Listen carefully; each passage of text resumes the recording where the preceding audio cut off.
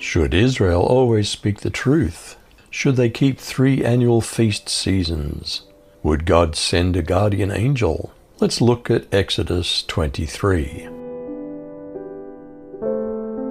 Should Israel be involved in spreading false reports, vigilante mobs, or show special favors in judgment merely because they feel sorry for a poor man? You shall not raise a false report. Don't put your hand with the wicked to be an unrighteous witness. You shall not follow a multitude to do evil. Neither shall you speak in a cause to decline, or follow after many to wrest judgment.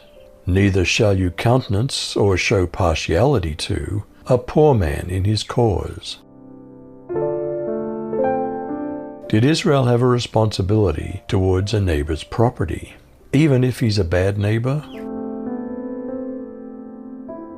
If you meet your enemy's ox or his donkey wandering away, you shall surely return it to him. If you see the donkey of one who hates you lying helpless under its load, you shall refrain from leaving it to him. You shall surely release it with him. Should Israel pervert justice for the needy or innocent? What about bribes? How should they treat strangers or foreigners?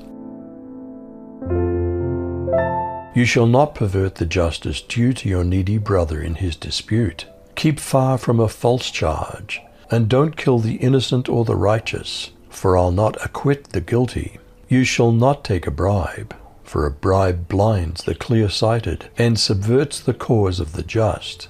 You shall not oppress a stranger, since you yourselves know the feelings of a stranger, for you were also strangers in the land of Egypt. Was there a land Sabbath as well as a weekly Sabbath? For 6 years you're to sow your fields and harvest the crops, but during the 7th year let the land lie unplowed and unused. Then the poor among your people may get food from it, and the wild animals may eat what's left. Do the same with your vineyard and your olive grove. 6 days do your work, but on the 7th day do not work, so that your ox and your donkey may rest, and so that the slave born in your household and the foreigner living among you may be refreshed. How were they to relate to the pagan gods of other nations? Pay close attention to all my instructions. You must not call on the name of any other gods. Do not even speak their names. How many festival seasons were there annually? Is unleavened bread part of Passover season? Are the first fruits attached to Pentecost? Is ingathering another name for the Feast of Tabernacles? You shall observe a feast to me 3 times a year. You shall observe the Feast of Unleavened Bread. 7 days you shall eat unleavened bread, as I commanded you, at the time appointed in the month of Abib. For in it you came out of Egypt, and no one shall appear before me empty. And the Feast of Harvest, the first fruits of your labors, which you sow in the field. And the Feast of Ingathering at the end of the year, when you gather in your labors out of the field. 3 times in the year all your males shall appear before the Lord Yahweh. With what kind of bread was the first festival season, Passover, to be observed? Don't offer the blood of my sacrifice with anything leavened. Don't let the fat of my festival offering be left over until the morning. How were the first fruits to be given? Was there a pagan harvest ritual to be avoided, boiling a goat in its mother's milk? Or is this just a prohibition against a cruel practice? Each year bring the best part of your first harvest to the place of worship. Don't boil a young goat in its mother's milk. Would God send a guardian angel on their way? Will God also protect us? Behold, I send an angel before you to guard you on the way, and to bring you to the place that I've prepared. Pay careful attention to him, and obey his voice.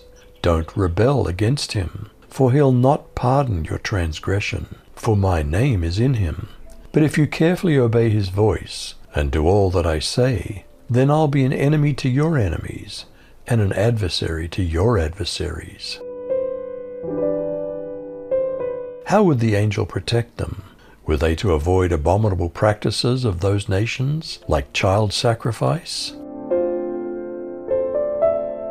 For my angel will go before you, and bring you to the land of the Amorites, Hittites, Perizzites, Canaanites, Hivites, and Jebusites, and I'll wipe them out. You must not bow down to their gods or worship them. Do not imitate their practices. Instead, demolish them and smash their sacred pillars to pieces. Worship the Lord your God, and he'll bless your bread and your water. I'll remove illnesses from you. No woman will miscarry or be childless in your land. I'll give you the full number of your days. How would God dispossess the evil and perverse people of the land? I'll go ahead of you and terrorize all the people to whom you're coming. I'll confuse your enemies and make them turn their backs on you and run away. I'll send hornets ahead of you, and they'll drive out the Hivites, the Canaanites, and the Hittites before you. I won't drive them out before you in a single year, so that the land does not become desolate, and so that wild animals don't overrun you. I'll drive them out ahead of you little by little, until you increase in numbers and possess the land. What would be the boundaries of Israel's new possession?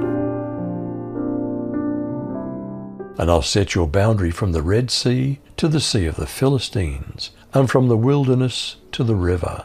And I'll give the inhabitants of the land into your hand, and you'll drive them out from before you. You'll cut no covenant with them or with their gods. They shall not live in your land, lest they make you sin against me. For if you serve their gods, it will surely be a snare to you. Should Israel always speak the truth? Should they keep 3 annual feast seasons? Would God send a guardian angel? You decide.